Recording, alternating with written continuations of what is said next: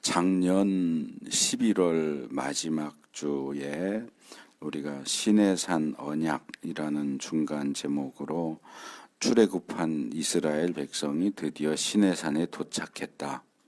그리고 하나님의 명령에 따라서 하나님과 언약을 체결할 준비를 했다 하는 내용을 말씀을 드렸고, 그 후에 십계명 내용을 4번에 걸쳐서 원래는 2번에 걸쳐서 살펴보려고 준비했는데, 그때쯤에 제가 준비한 설교를 절반씩 이렇게 나눠서 하게 돼서 횟수가 두 배로 늘었어요. 그래서 원래는 2번 살펴보려고 했는데 이제 4번 살펴봤고, 그 다음에 이제 올해 1월 10일 둘째 주일부터 언약의 책이라고 하는 중간 제목으로 출애굽기 21장에서 23장에 나오는 내용을 모두 19번에 걸쳐서 살펴봤습니다. 지난주에 이제 드디어 이 언약의 책에 대한 내용이 끝났습니다. 근데 그때 시작할 때도 말씀드렸지만 이 내용이 꽤 길어서 이제 언약의 책이라고 따로 빼기는 했지만 사실 이 부분도 시내산 언약에 다 들어가는 내용이에요. 시내산에 도착했고 준비했고 하나님이 시내산에 강림하셨고 모든 백성들이 들을 수 있도록 십계명을 낭독하셨고, 그 다음에 모세를 불러서 언약의 책 내용을 말씀하셨고, 이제 오늘 본문으로 오면 이제 모세가 산에서 내려와서 백성들에게 다시 한번 이 내용을 얘기하고 언약 체결 준비하고 언약을 체결하고, 이제 다음 주에는 이제 하나님이 이 십계명 돌판을 주겠다. 그러니까 너는 산으로 올라와라. 그러니까 말하자면 이제 계약서를 주는 장면이죠.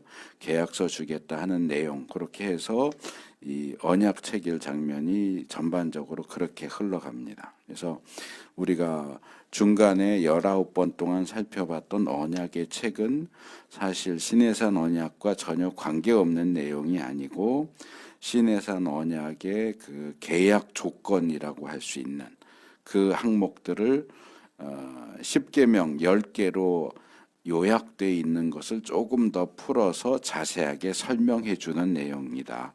근데 이제 그 부분이 내용이 좀 많기 때문에 제목을 시내산 언약의 책 이렇게 중복해서 붙이기가 어려워서 언약의 책이라는 다른 제목을 붙이긴 했지만 그 부분도 역시 시내산 언약에 해당되는 내용입니다. 그래서 우리가 이 언약의 책 내용을 다 살펴봤기 때문에 다시 이제 시내산 언약이라는 제목으로 돌아왔습니다. 그런데 우리가 시내산 언약이라는 제목으로 살펴볼 내용은 많지는 않아요. 아까 말씀드린 것처럼 오늘하고 다음 주에 2번 살펴볼 거고, 그 다음 주 넘어가면 이제 25장부터는 성막 제작에 대한 말씀이에요. 그리고 이제 중간에 출애굽기 32장에 가면 우리가 잘 아는 것처럼 금송아지 사건이 일어나요. 이 금송아지 사건은 오늘 우리가 살펴본 시내산 언약을 이스라엘 백성들이 깨트린 거예요. 그러니까 계약이 파기가 됐어요. 그래서 우상 숭배하는 사람들 다 죽이고 다시 언약을 재체결하는 장면이 나오기 때문에 그 부분에서 다시 한번 이제 시내산 언약이라는 제목으로 몇 번 살펴보겠지만, 그 내용을 제외하면 이제 이후의 내용은 다 성막에 대한 내용입니다. 금송아지 사건을 중심으로 해서 그 앞에는 성막 제작 명령이고, 금송아지 사건 이후에는 실제로 성막을 제작하는 내용. 그래서 이 금송아지 사건 앞의 내용하고 뒤의 내용이 거의 비슷해요. 뭐 살짝씩 추가되는 내용이 있기 때문에 내용이 있기는 하지만 거의 앞의 내용을 반복하기 때문에 아마 그 부분은 좀 더 빠르게 지나갈 수 있을 것 같고, 그래서 성막을 다 제작하고 나서 마지막에 이제 하나님 앞에 성막 봉헌식을 드리는데 그게 출애굽기 40장이에요. 그래서 성막 짓고 하나님 앞에 봉헌식 하면 출애굽기가 끝나요. 그래서 일단 앞으로 이렇게 내용들이 이렇게 진행된다 하는 건 말씀을 드리고, 그래서 오늘은 실제로 하나님과 이스라엘 백성이 시내산 언약을 맺는 장면을 다루고 있습니다. 그래서 이 부분을 4개 정도 부분으로 나눠서 살펴보려고 합니다. 먼저 1절과 2절에 보면 하나님의 명령이 나오죠. 하나님께서 모세에게 너는 아론과 나답과 아비후와 이스라엘 장로 70명과 함께 나 주에게 올라와라. 산으로 올라오라는 거죠. 산으로 올라와서 산으로 올라오기는 하지만 멀찍이 하나님이 시내산 정상에 강림하셨으니까 꼭대기까지 다 올라오지는 말고 좀 멀찍이 떨어져서 거기서 나를 경배하고 나에게 경배하고 절하고 거기서 기다려라. 그리고 모세만 꼭대기로 가까이 와라 라고 말씀을 하시죠. 다른 백성들은 지금 호명한 사람과 함께 산으로 올라올 수 없고 백성들은 산 밑에 있고 지금 얘기한 지명한 사람들만 산 중턱이나 조금 그 위로 올라오고 같이 올라오고 그들은 중간에 머물고 모세만 산 꼭대기 하나님 계신 곳에 가까이 오도록 그렇게 명령을 하시는 내용입니다. 그래서 이 내용은 어떻게 보면 이게 시내산 언약하고 무슨 직접적인 관계가 있을까 하는 생각을 하게 되고 또 실제로 언약을 맺는 과정에는 관련된 내용이 나오질 않고 이제 언약 체결이 끝나고 나서 이제 마지막에 이제 이 말씀대로 이 사람들이 산으로 올라갔고 거기서 하나님을 뵈고 하나님 앞에서 함께 먹고 마셨다. 잔치, 식사를 했다. 그 내용이 나오는데 그렇다고 해서 이 부분을 시내산 언약과 전혀 관계가 없다 이렇게 말할 수는 없어요. 왜냐하면 이 고대 근동, 제가 지금 이 출애굽기 다루면서 고대 근동이라는 표현을 자주 쓰는데 시간적으로는 고대예요. 현대가 아니고 고대, 옛날. 그리고 근동은 우리가 사우디아라비아나 뭐 이런 거 얘기할 때 중동 그러잖아요. 거기 이제 중앙이고 이 근동은 동쪽 근처라는 말이에요. 근동.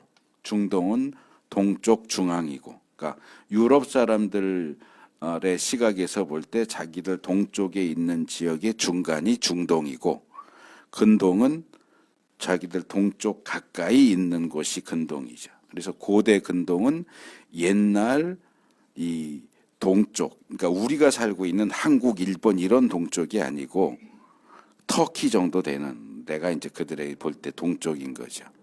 그래서 동쪽의 중앙 또는 동쪽의 근처.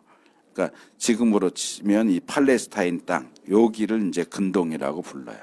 그래서 시간적이고 공간적인 측면에서 그 용어를 이제 주로 사용하기 때문에 제가 계속 말씀을 드리는데 익숙하지 않을 수 있을 것 같다는 생각이 문득 들어서 설명을 드린 겁니다. 그래서 시간적으로는 고대, 지역적으로는 근동, 팔레스타인 땅을 고대 근동 그렇게 얘기합니다. 그래서 이 고대 근동의 어떤 관습이나 종교나 또 그런 것들을 생각해 볼 때 이 사람들 우리는 지금 예를 들어서 부동산 계약한다 그러면은 뭐 집주인하고 세입자 둘이서만 만나서 계약을 하기도 하고 또는 이제 부동산 업자가 중간에 껴서 그 부동산에 가서 계약을 하기도 하지만 이 당시에는 그래서 뭐 계약서 쓰고 도장 찍고 서류 받아서 그냥 빠이빠이 하고 헤어지잖아요. 뭐 전세 계약했다고 매매 계약했다고 같이 밥 먹읍시다. 그러고 밥 먹고 그러는 일은 없잖아요. 그런데 이 시대에는 이렇게 계약을 하면 같이 밥을 먹어요. 그게 기본적인 관습이에요. 그렇기 때문에 이 시대에는 계약하고 나서 같이 공동 식사를 하는 것은 그것도 역시 이 계약을 체결하는 한 어떤 순서에 포함된다. 그러니까 계약을 마무리하는 부분이죠. 마치 결혼식 하면 끝나고 식사하는 거하고 비슷하죠. 뭐 회갑잔치 같은 거 하면 잔치만 하고 보내지 않잖아요. 같이 식사하잖아요. 그거랑 비슷한 거예요. 그래서 이 공동 식사는, 그러니까 행사가 끝나고 나서 가지는 공동 식사는 그 행사와 무관한 게 아니라 그 행사를 잘 마무리하는 또 다른 하나의 과정이었기 때문에 이 사람들이 언약 체결이 끝나고 나서 산에 올라가서 하나님 모시고 그 앞에서 함께 공동 식사를 한 것 역시 이 언약 체결에 있어서 한 부분이다. 그렇게 생각을 하면 될 것 같아요. 마치 또 이 당시에 이 언약은 대부분 제사와 함께 행해졌기 때문에 우리나라도 뭐 지금도 제사 지내는 집안에서는 그렇게 하겠지만 뭐 예전에 보면 제사 끝나고 나서 뭐 해요? 먹잖아요. 제사 음식 먹잖아요. 음복이라고 그래서 제사상에 올렸던 술도 마시고 제사상에 올렸던 음식도 나눠 먹잖아요. 그것을 복을 나누어 먹는다 그래서 음복 그렇게 하잖아요. 그것처럼 하나님과 언약을 맺기 위해서 제사를 드렸으면 그 제사 드리고 남은, 특별히 화목제로 드리고 남은 건 먹을 수 있게 돼 있으니까 그런 고기들이나 또는 그 외에 준비한 음식들을 같이 먹는 것이 이 전체 계약 예식에 있어서 또 하나의 중요한 부분이다. 그러니까 여기서 그런 식으로 이해를 하자면 지금 이 시내산 언약 체결하는 데 있어서 나중에 체결 의식이 끝나고 너하고 누구 산에 올라와라 하는 얘기는 이 말하자면 귀빈석에 초대하는 거죠. 귀빈석에 초대해서 요 몇 사람 이스라엘을 대표하는 사람들만 올라와서 같이 공동 식사해서 이 계약 체결 예식을 잘 마무리해서 끝내자. 그 얘기를 지금 하고 계시는 거죠.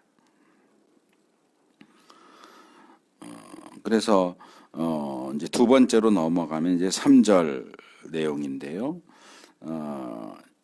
우리가 한동안 이 언약의 책 내용을 살펴보느라고 잊어버렸을 수도 있는데 출애굽기 20장에 보면 그런 내용이 나오죠. 하나님이 시내산에 강림하셨어요. 19장에 사흘 동안 준비해서 셋째 날에 하나님이 시내산에 강림하셨고 모든 사람들이 귀로 들을 수 있는 육성으로 하나님이 십계명을 말씀을 하셨어요. 그 말씀을 하시니까 그걸 들은 이스라엘 백성들이 너무너무 무서웠어요. 이 하나님의 이 음성을 더 계속 들으면 죽을 것 같았어요. 그래서 모세에게 당신이 하나님 앞에 좀 더 가까이 가서 당신만 직접 듣고 우리에게 그 얘기를 전달해 주면 우리가 순종하겠다.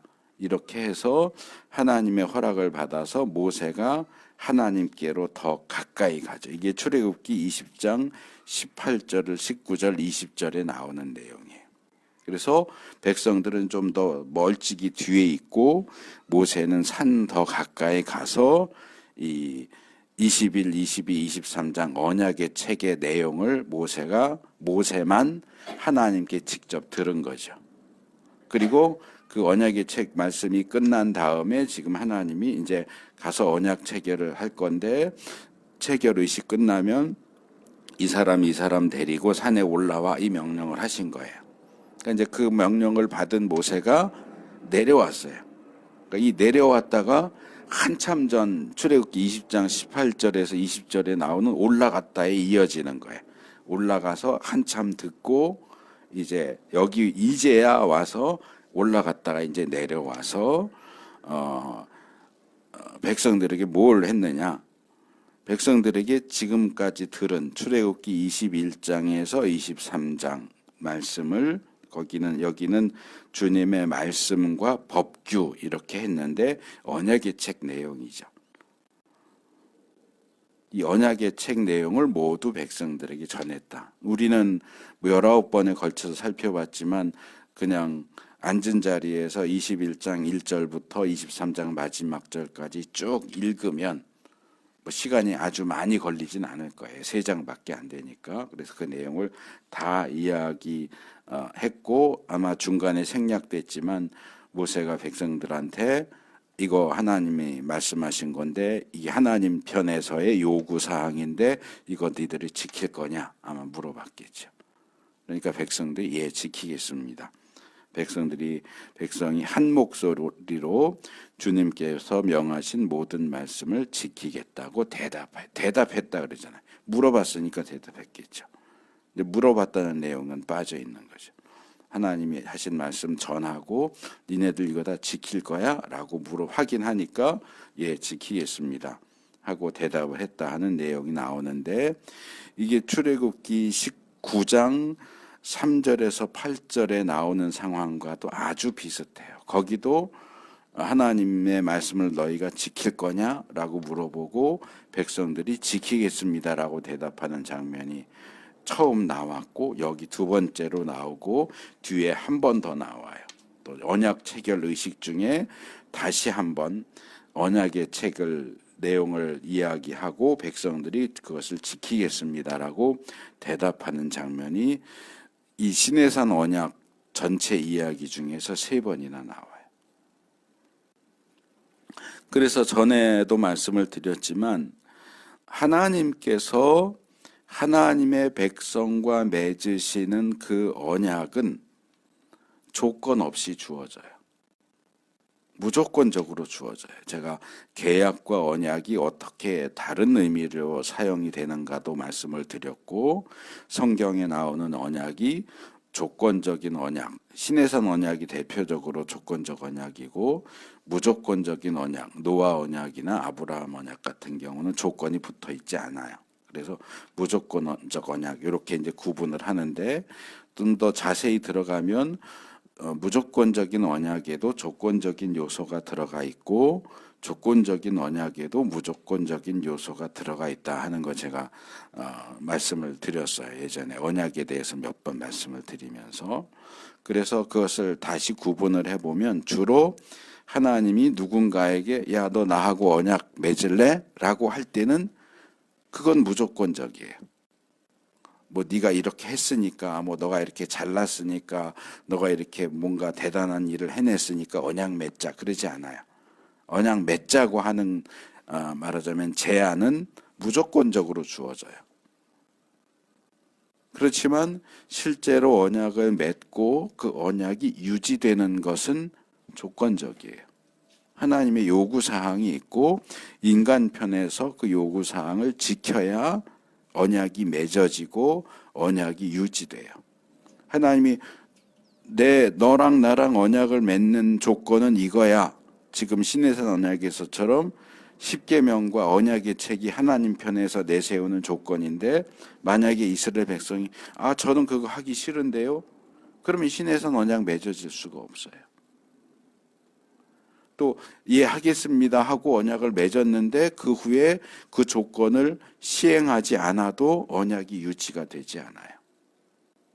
그런데 이 부분에 있어서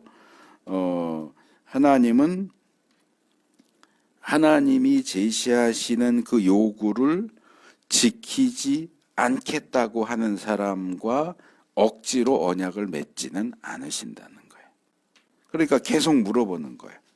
내 조건은 이건데 너 이거 지킬래? 지킬 수 있어? 3번이나. 처음 시내산 강림하실 때도 그랬고 모세가 산에서 내려와서도 그랬고 실제로 언약을 체결하는 의식 중에서도 그랬고 계속해서 물어보시는 거예요. 내 언약 조건을 너 지킬 거야? 지킨다고 하면 언약을 맺고 지키지 않겠다고 한다면 언약 맺을 수 없다. 그래서 이 부분을 우리가 중요하게 생각해야 돼요. 물론 구원은 믿음으로 얻는다라고 하지만 그 믿음이 우리의 어떤 행위로서의 믿음이 아니라 하나님이 은혜의 선물로 주신 믿음이지만 우리가 구원받게 하는 그 믿음은 항상 행함이 뒤따르게 돼 있다라고 말씀을 여러 차례 드렸어요. 그러니까 이 행함이 거기에 해당되는 거예요. 믿는다고는 했는데 행함이 뒤따르지 않는다면 그 믿는다고 한 것은 가짜라는 거죠. 그러면 가짜 믿음이라도 믿음이니까 구원을 받게 해주느냐? 아니요. 가짜 믿음은 죽은 믿음이고 죽은 믿음은 우리에게 구원을 가져다 주지 못해요. 이게 신약의 어떤 믿음과 구원, 구약의 어떤 행위와 언약 이런 구조가 똑같다는 거예요. 그래서 기본적으로 언약은 무조건적으로 주어지지만 그 언약이 체결되고 유지되기 위해서는 인간 편에서 하나님의 요구에 순종하고 실제로 행동하는 것을 요구하고 있다. 그래서 지금 그 내용을 계속해서 확인하는 장면을 우리가 보게 되는데, 제가 늘 말씀드린 것처럼 성경이 자꾸 이야기하고 계속 이야기하고 많이 얘기하는 거는 왜 그런다고요? 중요해서 그래요. 중요하기 때문에 계속 반복하는 거예요.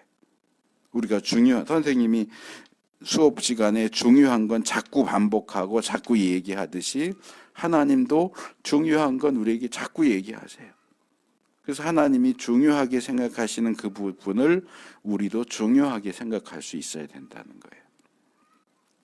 세 번째로 넘어오면 이제 실제로 언약 체결을 하는 부분인데 4절에서 8절까지 4, 5, 6, 7, 8이니까 5절인데 이 5절이 총 6개, 5절이지만 6단계로 이 언약 체결이 진행돼요. 이 마지막에 나오는 9절에서 11절에 나오는 이 공동 식사까지 포함하면 7단계고요. 이제 그걸 빼면 6단계로 이 언약 체결이 진행되는 것을 볼 수 있습니다. 첫째 단계는 4절 상반절에 나오는 기록입니다. 모세가 주님의 모든 말씀을 기록했다. 그러니까 기본적으로는 언약의 책일 수 있겠죠. 21장에서 23장에 나오는 언약의 책일 수도 있고, 또는 그 전에 나온 20장에 나오는 10계명도 포함이 되었을 수도 있고요. 그래도 이제 여기 기록했다라는 내용이 나오고 뒤에서 언약의 책을 읽어줬다 하는 내용이 나오는 걸로 봐서는 언약의 책을 기록했을 가능성이 높죠. 그래서 이것은 하나님이 말씀하신 어떤 조건들을 기록했다는 의미이기도 하지만, 다르게 말하자면 계약서를 작성했다 이렇게 이해할 수도 있어요. 그래서 계약서를 작성하는 것은 언약 체결에 있어서도 중요한 부분이죠. 그래서 특별히 하나님 편에서의 어떤 요구를 기록하는 문서가 작성됐다 하는 것이 언약 체결의 첫 번째 단계고, 두 번째 단계는 4절 중반절과 하반절에 나오는 의식을 위한 준비입니다. 언약 체결 의식을 위한 준비. 아침 일찍 일어나서 산 기슭에는 제단을 쌓고 이스라엘의 12지파를 따라 기둥 12개를 세웠다 하는 거죠. 아마 이 제단은 언약 체결을 위해서 제사 드리는 용도로 만든 것 같고, 이 12개 기둥은 여기 이스라엘의 12지파를 따라서 12기둥을 만들었다고 하는 거 보니까 이 12기둥은 이스라엘 12지파를 상징하는 어떤 기념물 같은 거죠. 나중에 여호수아 4장도 보면 이스라엘이 요단강을 가르고 지나갈 때 강 바닥에 있던 돌 12개를 끄집어다가 건너간 상대편 이 강 기슭에 12개를 돌 12개를 쌓죠. 이 12개도 12지파를 상징하는 거예요. 그래서 이 12기둥은 12지파를 상징하는 존재고, 특별히 이사야 1장 2절 같은 본문, 1장 2절 그러면 무슨 내용인지 모르시겠지만 제가 읽어드리면 아 하고 기억하실 거야. 하나님이 이렇게 말씀하시죠. 하늘아 들어라, 땅아 귀를 기울여라. 그러면서 하늘과 땅을 증인으로 소환하세요. 야, 니들도 봤잖아. 그 얘기예요. 그것처럼 지금 이 12기둥은 아마도 12지파를 상징하면서 하나님과 이스라엘 백성이 언약을 맺는데 그 옆에 12기둥이 있어서 이 12기둥이 그 언약의 증인, 결혼식 할 때 증인 세우는 것처럼 그렇게 증인 역할을 하도록 만들어 놓은 것이 아닐까 그렇게 생각이 듭니다. 그래서 여호수아 24장에서도 여호수아가 말년에 그 시내산 언약을 갱신하면서 백성들에게 다시 묻죠. 너희들 하나님 섬길 거냐? 너희들이 안 섬긴다고 그래도 나와 내 집은 여호와를만 섬길 거다. 그러면서 이스라엘 백성이 하나님만 섬기겠다고 여러 차례 대답을 하니까 끝에 가서 24장 22절에서 이스라엘 백성들에게 이렇게 얘기하죠. 당신들이 주님을 택하고 그분만을 섬기겠다고 한 말에 대한 증인은 바로 여러분 자신들입니다. 그렇게 말하죠.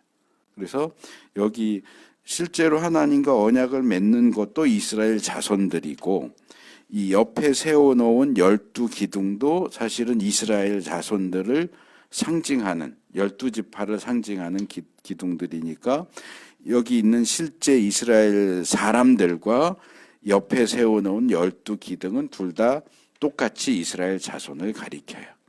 근데 이제 자기를 객관화시켜서 12기둥으로 만들어서 그 12기둥이 자기들이 하나님과 언약을 맺는 데 있어서 증인 역할을 하도록 세워둔 거죠. 그 다음에 세 번째로는 제사를 드립니다. 5절에 이스라엘 자손들 가운데 젊은이들을 보내서 수송아지들을 잡아서 주님께 번제를 드리게 하고 화목제를 드리게 했다. 이 수송아지 또는 수소는 또는 황소 이런 것들은 이스라엘 백성이 하나님 앞에 드릴 수 있는 제물 중에서 제일 최고 윗단계예요. 그래서 우리가 나중에 레위기 가서 살펴보겠지만 번제 드릴 때도 제일 먼저 설명이 나오는 게 소예요. 수송아지로 드릴 때는 어떻게 하고 그 다음에 나오는 게 염소, 양, 비둘기 이렇게 나오죠. 속죄제 얘기를 나올 때도 번제는 지위나 신분과 관계없이 능력만 되면, 그러니까 말하자면 돈이 많은 사람은 비싼 거 드릴 수 있고 돈이 없는 사람은 무리해서 비싼 거 드릴 수 없으니까 매번 자기 경제 수준에 맞게 염소를 드리거나 양을 드리거나 그것도 안 되는 사람은 비둘기를 드리거나 이렇게 하는데 속죄제는 달라요. 속죄제는 돈이 있느냐 없느냐와 따지지 않고 그 사람의 사회적인 신분과 위치에 따라서 죄를 지었을 때 드려야 하는 제물이 정해져 있어요. 그래서 제사장 그리고 이스라엘 백성 전체가 죄를 지었을 때는 항상 수송아지예요. 그러니까 백성 전체의 죄를 속하려면 양이나 염소 가지고는 안 되고 소를 드려야 된다는 거예요. 그리고 제사장도 죄를 지으면 소를 드려야 된다는 얘기는 제사장의 위치와 역할이 무게가 백성 전체의 무게와 같다는 얘기예요. 제사장은 개인이지만 제사장이기 때문에 범죄했다면 백성 전체가 죄를 지었을 때 드려야 하는 정도로 비싼 거 수송아지로 드려라. 그리고 어떤 중간 관리 어느 정도 위치에 있는 사람들은 염소를 드리고 일반 백성은 양을 드리고 정말 가난해서 능력이 안 되는 사람은 비둘기를 드리거나 비둘기도 안 되는 정말 극빈자는 곡식 가루로 속죄 제사를 드리게 돼 있죠. 그래서 속죄 제사를 보면 이게 레벨이 다 정해져 있어요. 근데 여기 보면 수송아지를 잡아서 번제와 화목제물로 드리죠. 그러니까 아까 말씀드린 것처럼 위치나 지위, 직분에 따라서 이 드려야 되는 제물이 정해져 있는 거는 속죄제밖에 없어요. 그래도 다른 제사의 경우에도 마찬가지예요. 어느 제물을 드려도 마찬가지지 괜찮지만 자기가 능력이 있는데 정말 부자인데 앓는 소리 내면서 아우 나는 능력이 안 돼서 양밖에 못 바치겠어. 이런 사람이 만약에 번제를 양으로 드리고 소를 드려도 몇 마리를 드릴 수 있는 능력이 있는 사람이 양 드리고 비둘기 드리고 그러면 하나님이 그 사람의 제물을 기뻐 받으시겠어요? 그래서 어떤 짐승을 제물로 드리느냐는 자유지만 그 사람의 능력에 따라서 어느 정도 레벨에 맞춰서 드려야지. 뭐 그렇다고 또 가난한 사람이 정말 오늘 먹고 살 것도 없는데 빚내서 송아지로 드리겠다. 이것도 하나님 기뻐하시지 않고 송아지로 드릴 능력이 충분한데도 하나님 앞에 드리는 거 아까워서 양으로 드리고 비둘기로 드리겠다. 그러면 이거는 도둑놈이죠. 사기꾼이죠. 하나님 그 사람이 드리는 제물 기뻐 받으시지 않아요.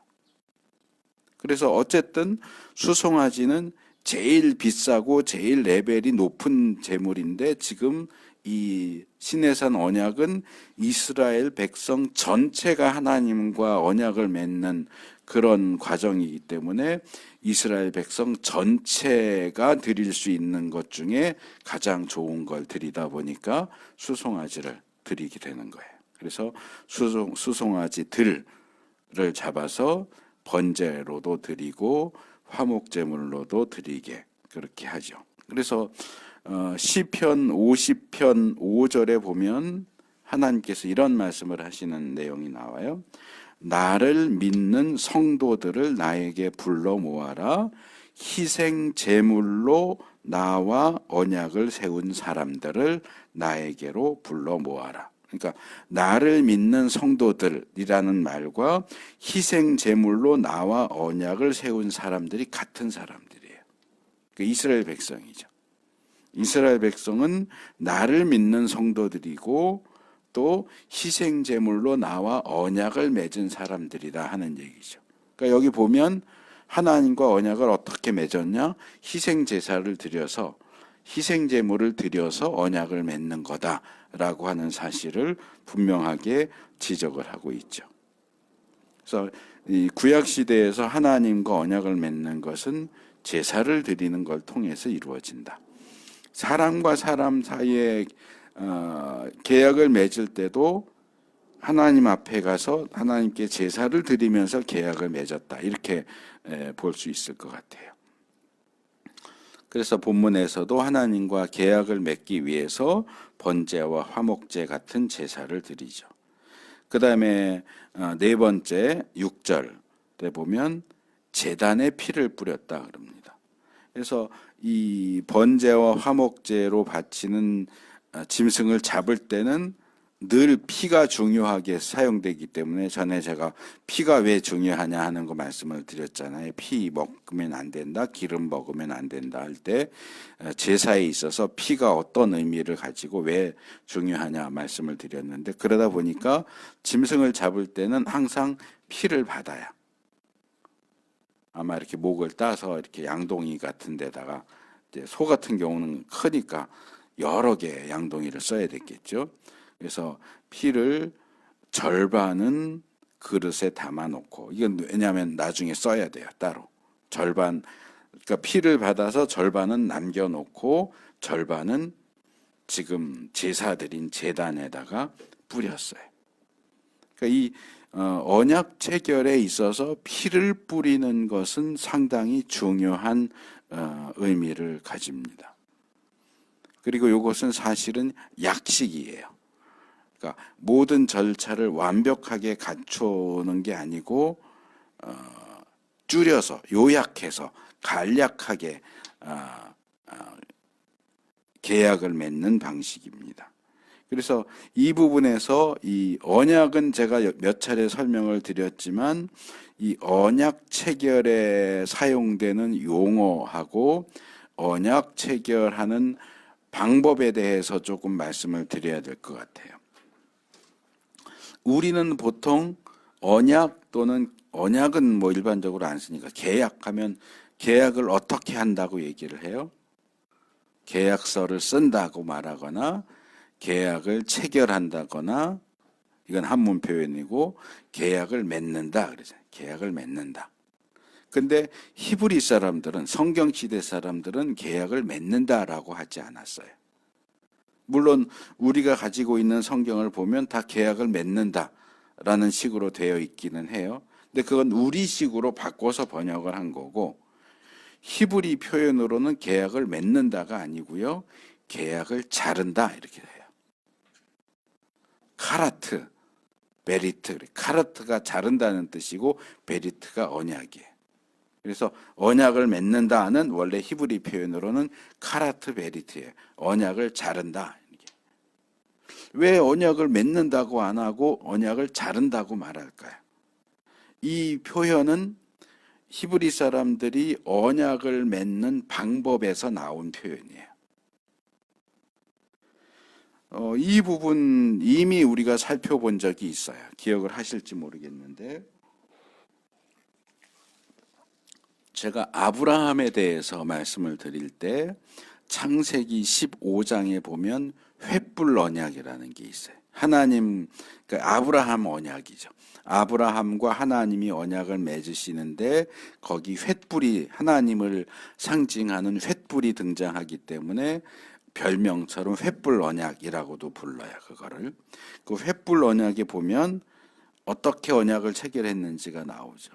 하나님이 아브라함에게 짐승들 몇 가지를 준비하라고 하시죠. 그래서 짐승들을 준비하고 그 준비한 짐승들 가운데서 비교적 몸집이 큰 짐승들, 뭐 예를 들어서 송아지, 뭐 양, 염소 이런 것들은 짐승을 죽여서 몸통을 둘로 쪼갭니다. 그러니까 원래 몸통 하나였던 것을 반으로 딱 잘라서 이렇게 세로로 자르는지 가로로 자르는지는 모르겠지만 세로로 자르긴 좀 힘들지 않았겠어요? 가로로 자랐을 것 같아요. 생선을 놓고 생각을 해도 생선을 반토막으로 내려면 가로로 잘라야지 세로로 이렇게 자르긴 힘들잖아요. 그러니까 어쨌든 짐승을 반으로 잘라요. 반토막씩 해서 반으로 잘라서 하나는 왼쪽, 하나는 오른쪽 이렇게 벌려놔요. 그리고 언약을 맺을 때 언약을 맺는 당사자가 둘이 손을 잡고 이 둘로 쪼갠 짐승 사이를 지나가요. 그게 고대 근동에서 언약을 맺는 계약 체결하는 방식이에요. 그래서 창세기 15장에서는 왜 그렇게 하는지에 대한 설명이 나오지는 않아요. 그냥 그렇게 해서 언약을 맺었다는 내용만 나오고 거기에 대한 설명이 예레미야서에 나와요. 예레미야 34장 18절에 보면 이렇게 되어 있어요. 송아지를 두 조각으로 갈라놓고 그 사이로 지나가 내 앞에서 언약을 맺어놓고서도 그 언약의 조문을 지키지 않고 나의 언약을 위반한 그 사람들을 내가 이제 그 송아지와 같이 만들어 놓겠다. 자, 짐승을 둘로 잘라 놓고 잘라진 그 사이를 함께 지나가는 건 이런 뜻이에요. 자, 짐승을 죽여서 반으로 잘라가지고 두 토막으로 내서 떨어뜨려 놨어요. 그리고 그 사이를 지나가요. 그건 무슨 얘기예요? 지금 이 잘려진 두 토막 사이에는 연결된 게 없다는 거예요. 뭔가 뼈가 연결되고 심줄이 연결되면 지나갈 수가 없잖아요. 지나갈 수 있다는 얘기는 완전히 두 토막으로 냈다는 거예요. 이 얘기는 완전히 죽었다는 얘기예요. 짐승을 완전히 죽여서 두 토막을 내고 그 사이로 지나가는 게 언약을 체결하는 방식이라는 얘기는 너와 내가 지금 맺는 이 언약은 이 죽은 짐승을 걸고 하는 언약이다. 만약에 너든지 나든지 누구라도 이 언약을 어긴다면 이 죽은 짐승처럼 될 것이다. 두 토막 나서 완전히 죽을 거다. 그러니까 죽음을 걸고 하는 언약이에요. 그렇게 짐승을 잘라서 두 토막 내고 언약을 맺는 그런 방식으로 언약을 맺었기 때문에 히브리 사람들은 언약을 맺는다고 안 하고 언약을 자른다고 하는 거예요. 짐승을 자르는 그 상황을 가지고 와서 언약을 자른다 그렇게 얘기를 해요. 그래서 원칙대로라면 이 하나님과 언약을 맺는 이스라엘 백성이 그 잘라놓은 송아지 사이를 지나가야 되는데 200만 명이에요. 200만 명이 언제 그 사이를 지나가요? 그러니까 정식대로라면 출애굽한 이스라엘 200만 명이 다 그 사이를 지나가야 되는데 그러려면 시간도 너무 많이 걸리고 번거로워요. 그러니까 아까 말씀드린 것처럼 약식으로 송아지는 토막을 냈을지라도 송아지 사이를 지나가는 게 아니고 피를 받아서 피를 뿌리는 방식으로. 그러니까 이 피를 뿌리는 것도 이 송아지 완전히 죽었다 그런 뜻이에요. 그래서 피를 뿌리는 방식으로 언약을 맺는 거죠.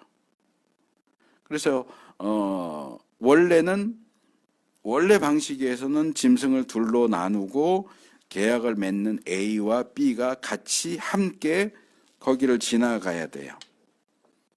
근데 지금 하나님은 눈에 보이지 않으시잖아요. 하나님하고 손잡고 지나갈 수가 없어요. 그래서 아브라함이 맺었던 횃불 언약에서는 이례적이지만 그때 제가 좀 설명을 드리긴 했었는데 아브라함은 지나가지 않고 하나님만 지나가요. 밤에 횃불이 나타나서 하나님을 상징하는 횃불이 나타나서 횃불만 그 사이로 지나가요. 그래서 그게 일반적인 쌍방적인 계약이 아니고 일방적인 언약이라고 말하는 거예요. 하나님만 지나가요. 근데 거길 지나가는 건 무슨 뜻이라고요? 약속을 안 지키면 죽는다. 근데 하나님이 죽을 수 있어요? 하나님은 죽을 수가 없는 분이에요. 그런데도 하나님이 거길 간다는 얘기는 이 약속은 절대적으로 지킨다는 거예요. 이 약속이 깨지는 일은 절대로 없다. 하나님이 죽을 수 없는 자신을 걸고 약속을 지키겠다고 하시는 거죠. 근데 이제 이번에는 이스라엘 백성들에게 피를 뿌리는 거는 뒤에 나오고 여기서는 제단에다 피를 뿌리는데 이 제단은 하나님을 대표하는 거예요. 하나님 편에 먼저 피를 뿌려요. 하나님 편에는 피를 뿌리는데 하나님 이 계약을 하는 데 있어서 요구되는 사항들을 하나님 지키실 겁니까? 하나님한테 물어볼 필요가 없어요. 하나님은 절대적으로 약속하신 것을 지키시는 분이고 하나님께서 주도해서 이 언약을 맺으시기 때문에 하나님한테는 그거 물어보지 않고 그냥 피를 뿌리죠. 근데 백성들에게 피를 뿌릴 때는 그냥 뿌리지 않고 물어본단 말이에요. 그래서 5번째 단계가 7절에 나오는 언약의 책을 다시 낭독해서 이스라엘 백성들에게 들려주는 거예요. 그리고 그가 언약의 책을 들고 백성에게 낭독하니 그들은 주님께서 명하신 모든 말씀을 받들어 지키겠다고 말하였습니다. 세 번째로 약속하는 게 세 번째로 나오죠. 그러니까 언약 체결 의식 중에 다시 한번 하나님의 요구 조건을 들려주고 백성들은 예, 하나님이 요구하시는 거 저희들이 받들어 지키겠습니다. 마치 결혼식에서 주례가 신랑에게 결혼 서약을 시키는, 신랑 신부에게 결혼 서약을 시키듯이 모세가 지금 언약의 주례자가 돼서 이스라엘 백성에게 서약을 시키는 거죠. 그래서 서약서를 읽는 거죠. 이 서약서가 언약의 책이에요. 언약의 책의 내용을 다 읽은 다음에 지키겠습니까? 물어봤을 때 이스라엘 백성이 지키겠습니다 라고 약속을 하고 그 다음 이제 6번째가 8절에 나오는 것처럼 백성들에게 피를 뿌리는 거죠. 피를 뿌리면서 이렇게 말하죠. 모세는 피를 가져다가 백성이 아까 남겨놨던 절반의 피를 가져다가 백성에게 뿌리며 말하였다. 보십시오. 이것은 주님께서 이 모든 말씀을 따라 당신들에게 세우신 언약의 피입니다. 라고 말하면서 피를 뿌리죠. 지금 뿌리는 피가 무슨 의미를 가지고 언약 체결을 위한 피고 이 언약을 어기면 죽는다는 것을 의미하는 그런 피다라고 말하면서 피를 뿌려요. 근데 여기 모세가 하는 말 있죠. 보십시오. 이것은 주님께서 이 모든 말씀을 따라 당신들에게 세우신 언약의 피입니다.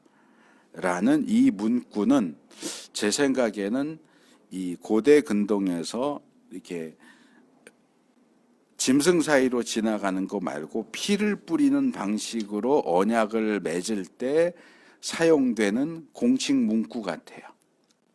포뮬라 보통 그렇게 얘기를 하는데 우리가 교회 안에서도 세례식 같은 거 하면은 공식 문구 목사님이 얘기하잖아요. 내가 뭐 하나님의 아들 아무개에게 하나님 딸 아무개에게 성부와 성자와 성령 이름으로 세례를 주노라. 아멘. 그 공식 문구잖아요. 사람이 바뀌어서 누구에게는 바뀌지만 그 뒤에 문구는 항상 똑같이 사용돼요. 또 결혼식에도 그렇잖아요. 뭐 내가 뭐 이렇게 해서 성부와 성자와 성령으로 뭐 결혼이 부부가 되었음을 선포합니다. 뭐 하나님이 짝지어 주신 것을 사람이 나눌 수 없다. 이런 공식 문구를 사용을 하잖아요. 그것처럼 이것도 역시 언약 체결 공식 문구 같아요. 왜냐하면 지금 이 표현을 읽으시면서 생각이 드신 분도 있을지 모르겠는데 마가복음 14장 24절에 보면 또 마태복음 26장 28절에도 예수님이 제자들과 최후의 만찬을 하시면서 이렇게 말씀하세요. 이것은 많은 사람을 위하여 흘리는 나의 피, 곧 언약의 피다. 되게 비슷하죠. 그 새 언약이에요. 예수님이 자기의 피로 새 언약을 체결하시는 장면이에요. 그래서 이렇게 해서 시내산 언약이 공식적으로 체결이 돼요. 증인 부르고 계약서 쓰고 제사 드리고 제단에 하나님 쪽에 피 뿌리고 백성들에게는 서약 받고 나서 피 뿌리고 이렇게 해서 시내산 언약이 공식적으로 체결되고 근데 여기서 끝이 아니고 첫 부분에서 말씀드렸던 것처럼 이제 그 언약 체결 의식을 마무리하는 공동 식사가 남았죠. 그래서 9절에서 11절에 1절, 2절에 주어진 명령에 따라서 시행하는 내용이 나오죠. 그래서 모세가 자기와 아론, 이제 대제사장이 될 아론, 그리고 아론의 아들인 나답과 아비후, 이제 제사장이 될 사람들이죠. 아직 제사장이 되진 않았어요. 나답과 아비후, 그리고 이스라엘의 70명의 장로들을 데리고 올라갑니다. 근데 앞에서는 제가 말씀을 드리지 않았지만 여기서 좀 우리가 주목할 필요가 있어요. 뭐냐 하면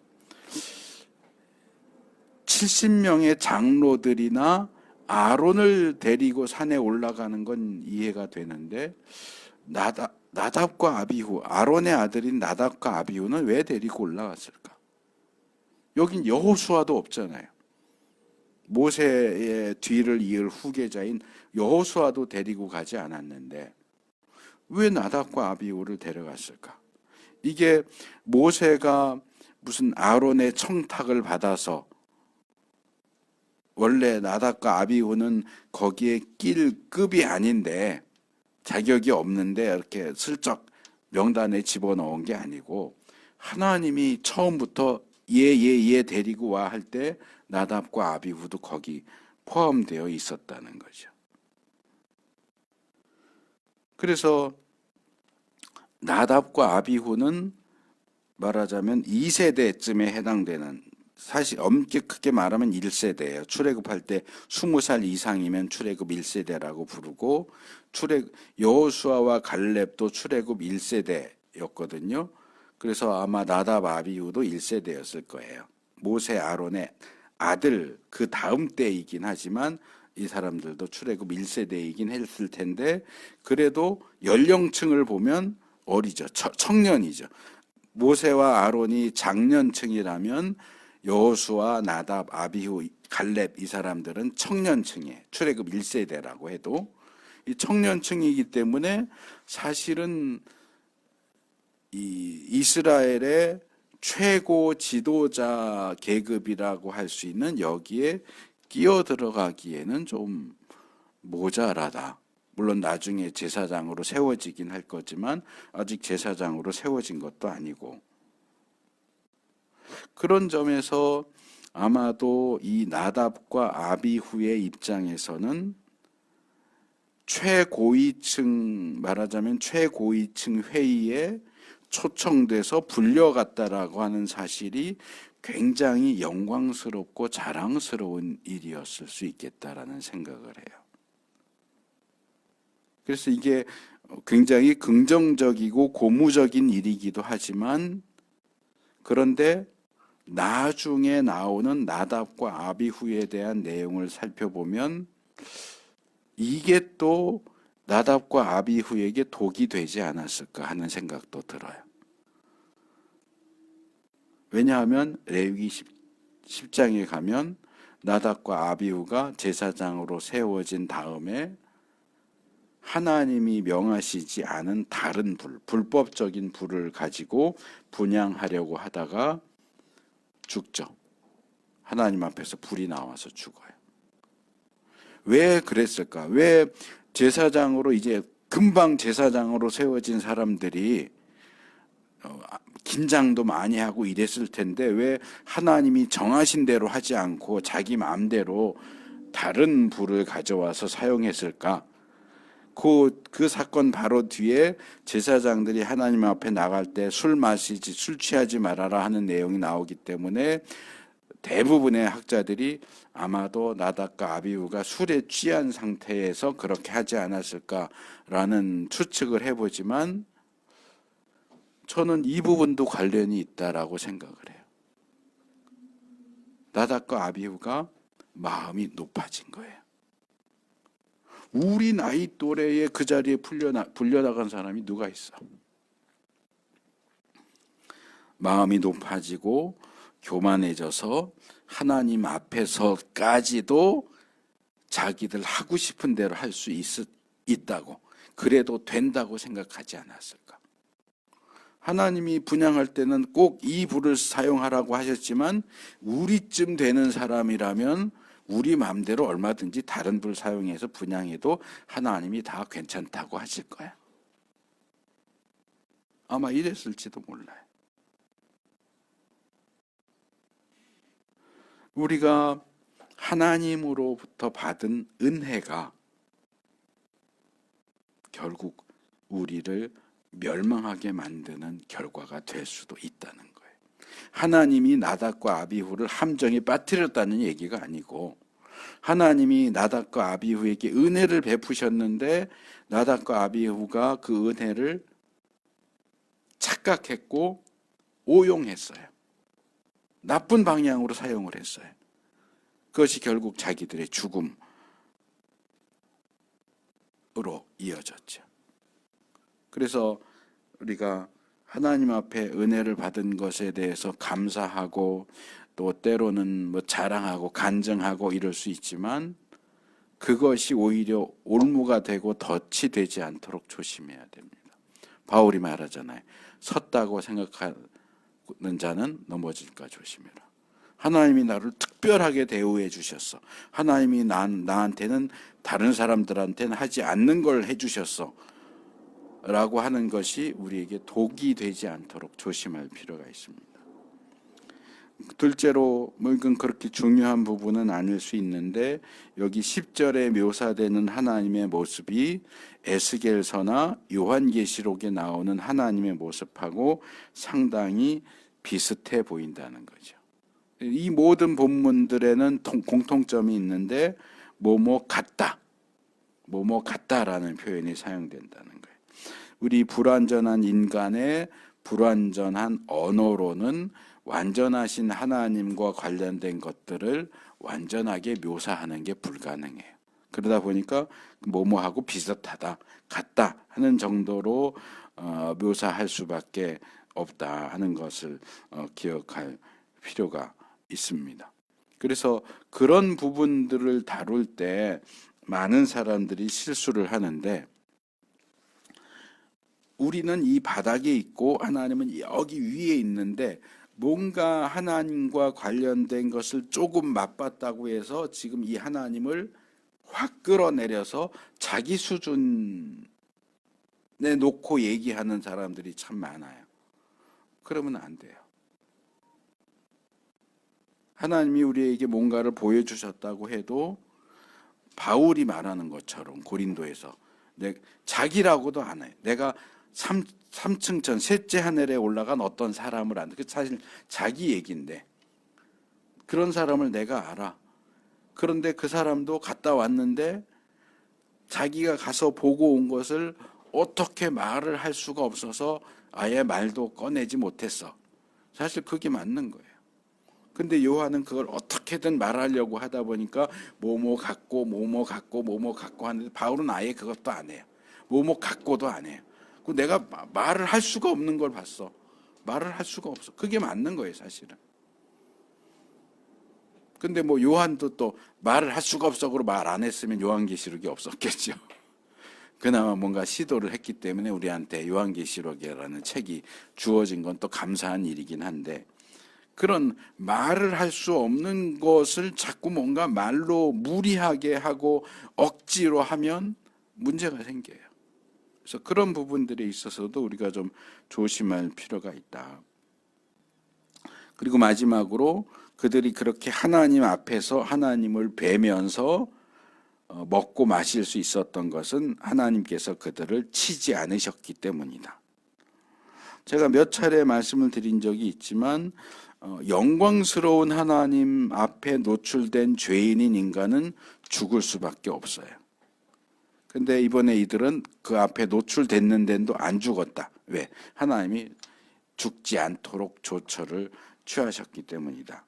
그렇게 얘기합니다. 기쁘고 좋은 날이니까 특별히 더 보호해 주신 거죠. 이것도 나답과 아비후에게 베푸신 것과 비슷하게 은혜를 베푸셨다. 이렇게 이해를 하시면 될 것 같아요.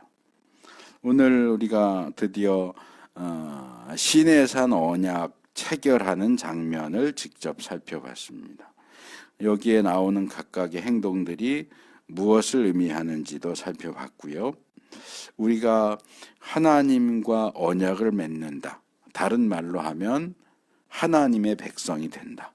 신약식으로 말하면 예수님을 믿어서 그리스도인이 된다 하는 것이 얼마나 의미심장하고 중요하고 감사한 일인지, 또 그만큼 얼마나 위험하고 조심해야 하고 정신을 바짝 차려야 하는 일인지 하는 것도 생각해 봤습니다. 우리가 하나님과의 언약 관계를 계속 유지하기 위해서는 얼마나 많은 힘과 노력을 기울여야 하는지 깨닫고 하나님이 말씀해 주시는 그 내용, 그 요구에 따라서 살아가는 우리 모두가 될 수 있기를 축복합니다.